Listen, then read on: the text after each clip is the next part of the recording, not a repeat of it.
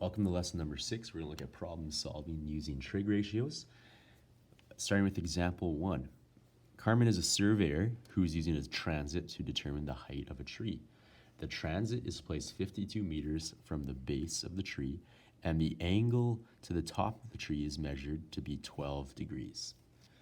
So this angle here is 12 degrees, and that's a measure from the transit to the top of the tree. So if the transit stands 1.8 meters high, so from here to here is 1.8 meters, calculate the height of the tree to the nearest tenth of a meter. So first thing we're going to have to do is solve this triangle. And the triangle we're solving is this one here. And just remember, however, that this triangle is located 1.8 meters from the ground. And so this here is going to be 1.8 meters here from the ground to this part where my triangle actually starts, which means what we're solving for here is this length of y, but we're going to have to add 1.8 meters to get the total height of our tree.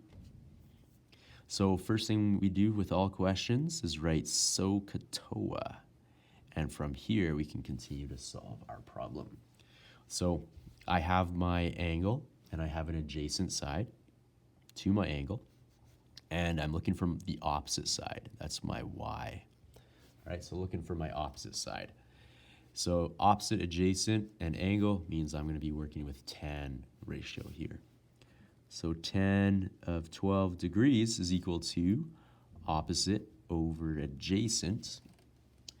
And I have my adjacent side, which means I need to solve for opposite. So tan 12 degrees is equal to y over 52 meters, because that's my adjacent side.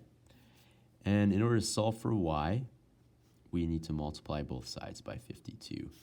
Multiply this side by 52 as well. And I'm going to get 52 times tan of 12. And my value of y for the first height of my tree, 52 tan 12, is equal to 11.05 plus my 1.8 meters. All right, so we had 11.05. And in order to get the height of the tree, height is equal to y plus 1.8 meters. So the height of my tree to the nearest meter, so we have 12.8 meters. To the nearest meter, we're going to have 13.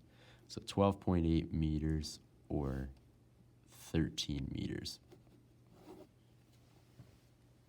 Now, determine the angle the base of the transit makes with the top of the tree. So if I were to redraw this, and so if I redraw my whole transit thing, now what we're looking at, so here's my tree. Now what we're looking at is the angle formed from here. So we know that this is 13 meters, and we know that this is 52 meters. We can, and now we want to know what that new angle is. I'll just call that angle theta. And I can again use my tan ratio. So we're going to say tan theta is equal to opposite over adjacent. And if I take the inverse of that, the opposite side is 13 divided by 52. So inverse tan, 13 divided by 52, we get 14 degrees. So if we move our transit down to the bottom, where it would be on the ground, and point it up, then it's going to give us an angle of 14 degrees. Next, we have a circle with center C and radius 20 meters. Millimeters touches the arms of the angles POQ at A and B. So here and here we know is 20 millimeters. So 20 millimeters. So the radii CA and CB are perpendicular to OP, so OP, and OQ, and the diagram is symmetrical about the line through O and C. So if I had a line that went like that, O and C, then this side and this side are going to be equal. And we're told that this angle POQ is equal to 50 degrees, which means that if I were to use either one of these angles where it splits in half, then those would have to both equal 25 degrees since my diagram is symmetrical. So if angle POQ is equal to 50 degrees, determine the length of OC. We want to know what it is from here to here, this dotted line, to the nearest millimeter. Well, I can use either one of these triangles. We have a 90-degree triangle here and a 90-degree triangle here. So let's just use this one on the bottom. And just like all questions, we could start with SOHCAHTOA. Now that I have SOHCAHTOA written out, I can choose which one I need to use. Well, I have an angle, and I have an adjacent side to my angle, which is unlabeled. I have an opposite side, which has a measurement of 20 millimeters. And then I have my hypotenuse. I'm going to call that, I'll just call it hypotenuse. And that's what I'm looking for, is my hypotenuse. I have my opposite side and my hypotenuse, which means I need to use my sine ratio. So the sine ratio here is going to be sine 25 degrees, not 50, is equal to opposite divided by hypotenuse. And remember, we are given our hypotenuse, and so we're given our opposite side, which is 20 millimeters. Now, this is a little bit different than these above questions where our unknown is on the bottom. And so remember, when our unknown is on the bottom, what I need to do is multiply both sides by that hypotenuse, which would leave me with the hypotenuse times sine 25 is equal to 20 millimeters. But then I'd have to divide both sides by sine 25. And so these would cancel out, and my hypotenuse is equal to 20 millimeters divided by sine 25 degrees. And we want to answer to the nearest millimeter. So 20 divided by sine 25.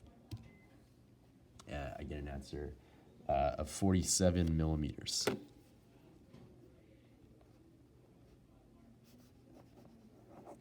So 47 millimeters. Cool. So a bearing is an angle measured clockwise from north direction. So the direction that a clock would go from north, and the boat is on a bearing of 40 degrees, so 40 degrees from north, and often we use three figures, so it would actually be 040 like this. And some other examples of bearings, we'd have 150 degrees from north, so we'd have 90 degrees plus another 60 degrees to get 150. Then we'd have 225 degrees, and then 330 degrees.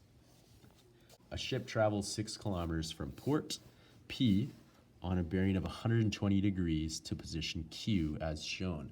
So we know that this is 120 degrees in this direction. All right, so 120 degrees. That's our bearing. And the ship travels from port P. So from this point, he travels 6 kilometers to Q. All right, so that's 6 kilometers. The ship changes direction at Q and travels north until it reaches position R, which is due east of P. So they then go here and stop at this point, which is R. And it is due east of P, something like that. So how far east is this ship? How far east of P, so here's P, once they have reached position R, and we want to answer to the nearest 0.1 kilometer. Well, we know that from here to here is 120 degrees. Now, we can reason that when we're due east of P, then this point here, this angle or this bearing would be 90 degrees north. But the triangle we actually need to use, however, has this angle from here. So if we measure 90 degrees plus this 120, we would have to go 120 degrees, subtract 90 degrees, and that would be 30 degrees. So that would be the angle we have to use in this triangle here. And we want to solve for x. All right, now we have our hypotenuse and we have an adjacent side. So, katoa. So again, we have a hypotenuse and an adjacent side, which means we need to use the cosine. So cosine 30 degrees is equal to x over my hypotenuse, which is 6.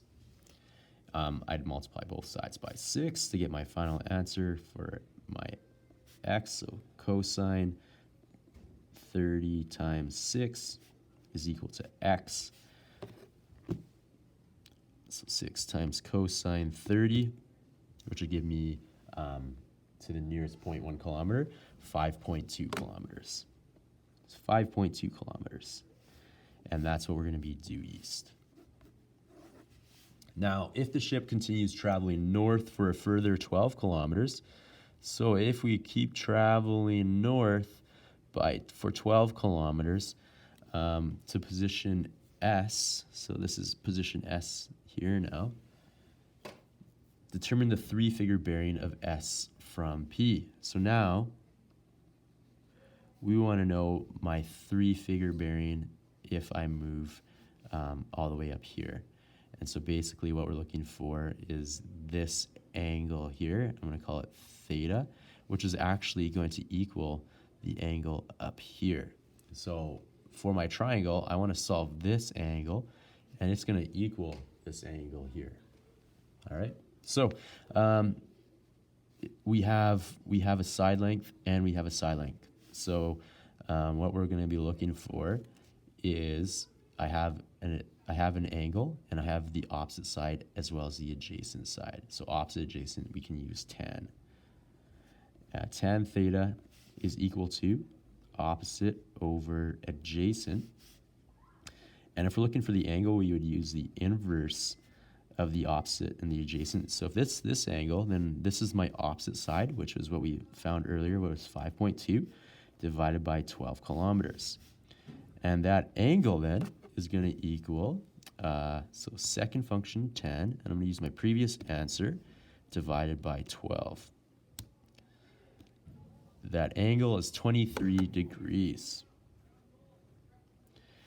That means my bearing north will be, my 3-figure bearing will be 23 degrees.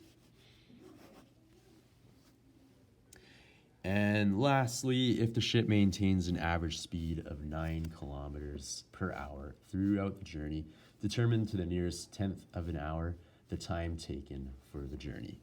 So in total, the ship sailed 6 kilometers, and then it made that travel from Q to R, right? And that's what we need to account for. So first of all, our side RQ, we can use Pythagorean theorem.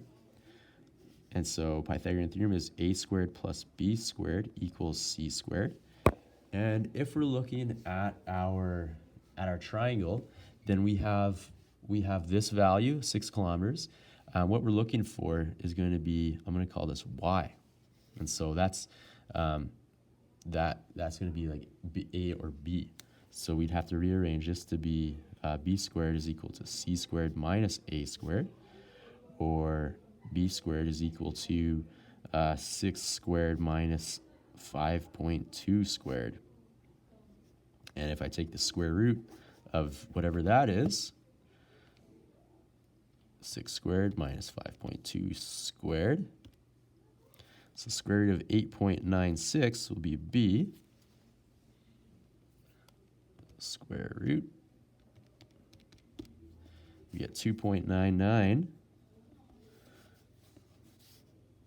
and we'd have to add up all of our distances. So 2.99 plus 6 kilometers plus our 12 kilometers.